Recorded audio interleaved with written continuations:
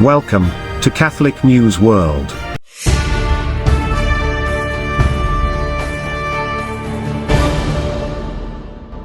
Welcome to Catholic News World. Please subscribe to our channel. My name is Steph. Here are this week's breaking news headlines. Father Peter Obong Okang, parish priest of the St. Stephen Roman Catholic Mission Church in the Diocese of Ogoha, in the state of Cross River, Nigeria, has been kidnapped. Along with him, several members of the St. Jude Society were taken. The priest and an unknown number of Catholics were on their way to Abuja yesterday, November 24th, to attend some ecclesiastical functions when they were attacked and taken by force to the bush. Police authorities in both states have yet to make any statement about the kidnapping. Meanwhile, Fides Agency reported that Father Victor Ishiwu, parish priest of St. Jude Church, Enugu State, who was kidnapped on November 19th, was released.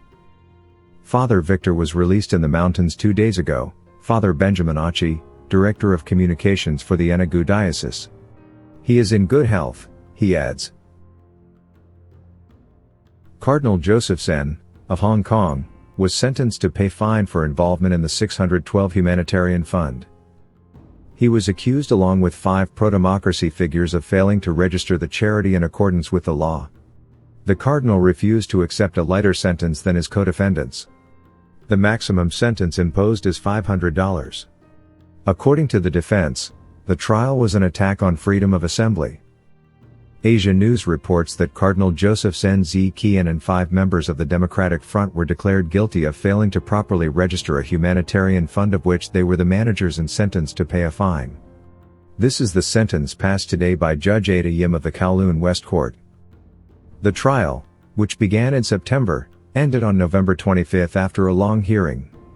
Last May 11, police arrested the cardinal and 4 others on the most serious charge of collusion with foreign forces, a crime covered by the security law imposed in summer 2020 by Beijing. Joining the city's 90-year-old Bishop Emeritus on the stand were renowned lawyer Margaret Ng, singer-activist Denise Ho, former city MP Sid Ho and academic Hwee Po Kung, all of whom are trustees of the charity.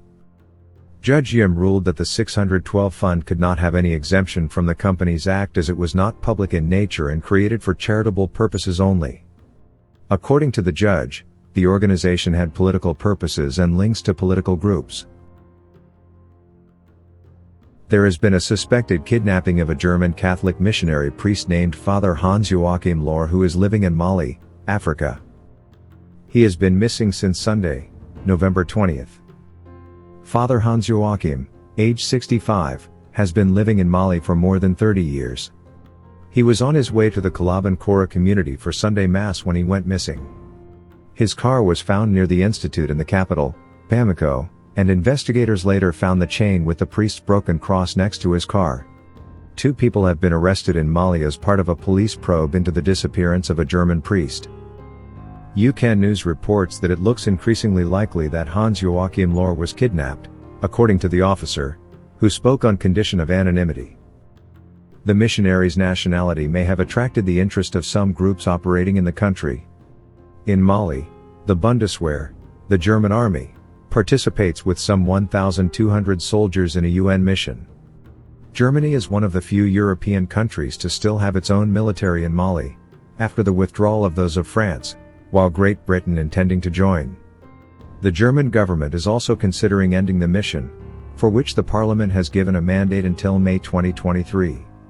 Several jihadist groups linked to both Al-Qaeda and ISIS operate in the country, and in the past they have been responsible for several kidnappings of foreigners, such as that of Sister Gloria Cecilia Narvaez of Colombia.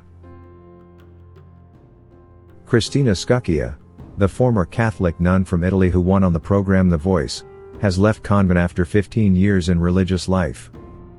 Sister Cristina Scucchia won the 2014 edition of The Voice of Italy, and has left the consecrated life after 15 years and moved to Spain. The 34-year-old, lay woman, is now dedicated to music while working as a waitress. Scucchia gave an interview to the Italian show Verissimo, without her former habit, and in a red pantsuit. She told host Silvia Toffanin that the media exposure, over time, was the driving force behind many questions. I went into a crisis, I couldn't figure out who I was, I started the journey with a psychologist, she said. In this context, the former religious made the decision to abandon the consecrated life. However, in the interview, Cristina said she didn't want to leave the faith. "I still believe in God and I have no intention of abandoning the path of faith." The former priest of Saints Peter and Paul Church, in Louisiana, named Travis Clark, who was caught by a passerby filming pornography with two dominatrices on the church altar, pled guilty on November 21 to a count of felony obscenity. In 2020, Pearl River Police reported that a passerby saw the lights on inside the Catholic Church near 11 p.m. on September 30, 2020 and stopped to witness the shocking actions of the church's pastor. "I plead guilty, Your Honor," Clark said to Judicial District Judge Ellen Creel in the Covington courthouse. The crime carries a sentence of 6 months to 3 years in prison, but Clark, age 39, received a 3-year prison sentence which the court suspended and 3 years supervised probation. He was ordered to pay a $1,000 fine. WAFB reported.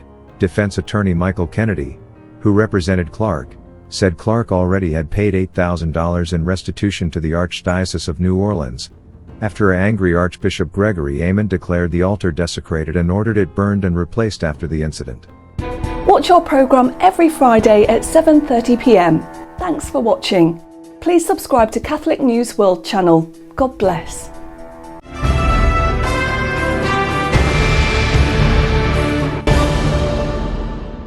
Please subscribe to Catholic News World's YouTube channel.